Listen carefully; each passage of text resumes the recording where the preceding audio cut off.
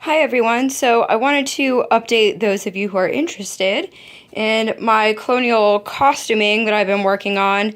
I've been referencing this book. It's Costume Close-Up, Clothing Construction and Pattern. And this is from 1750 to 1790. And I actually purchased this book at Colonial Williamsburg. So it's a great set of patterns, and I've been working on the stays here for a long time. I actually purchased a pair of what they call stays from Etsy a while ago, and as you can see, it's really well made. It's beautiful, fit to my size. The issue is that it's not boned very much, so that's originally they would have used like whale boning or whale teeth, like baleen, to line the corsets. And now it's like a flexible, bendable plastic, or you can get metal. I have some metal boning as well. You can see it's well made, but the boning is kind of sparse, and you would actually want boning between all of this, and that becomes very expensive and very tedious. And this is a nice pair, you know, it's mostly for looks. So I've been making my own pairs. I've shown people already, and this has taken me absolutely forever. As you can see, it's kind of been a mix of machine work and hand work, and definitely pretty rough, and I'll be placing lining over this whole thing so you won't see that eventually. And I've also been placing the grommets into this. So I have like an awl here and some, been placing the metal pieces here. And if I was doing this accurately, I actually would not be using the metal pieces at all to the metal grommets. I would be doing it by hand in fabric like this. And so I might try to cover it with some fabric. It's just for sturdiness purposes. The metal just really is helpful, and I won't have to worry about fraying.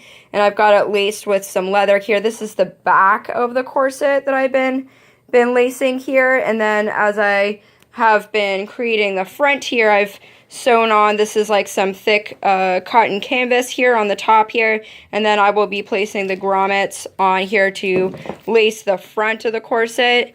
And I've cut out the armholes here, and I've been trying to fit the bottom here a little bit, and I'll be lining that with placing like a yellow satin over the top of it once I have the shape completely finished. So a lot of this I've been doing by eye. I do not have a specific pattern other than this book. So I can show you here, this is how you would originally piece it all together, and you would have the corseting, the position for spiral lacing, and I have that done on the back, but I think I might do front lacing differently, just because it lays differently. And as you can see how tedious this is, you have to line each piece and sew each pocket, if you will, and then you want to put a binding on the outside, preferably leather, so that it doesn't poke through. And then this is how it's all pieced together.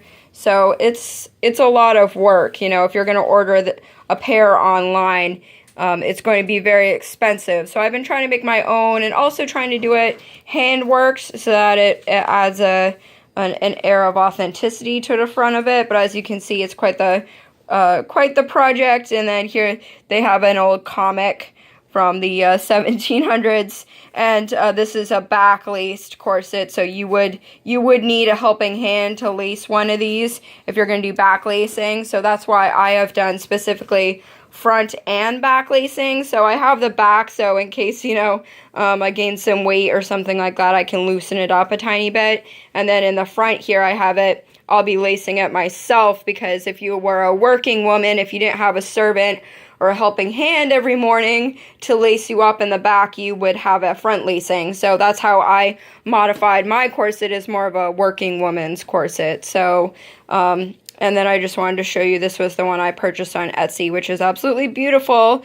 And I admire how clean it looks. Mine is not going to look this clean. As you can tell, it looks pretty rough, but I figure as soon as I finish it, it'll look very authentic, and I can improve each time I make a pair. So hopefully these will last me a long time. All right, everyone, let me know what you think, if you've made any sort of original costuming yourself, or if you're interested in this type of stuff. I highly recommend this book. Like I said, I purchased this at Colonial Williamsburg when I went many years ago. So, all right, I'm going to be doing some live videos tonight and tomorrow, 8 p.m. Eastern. Bye.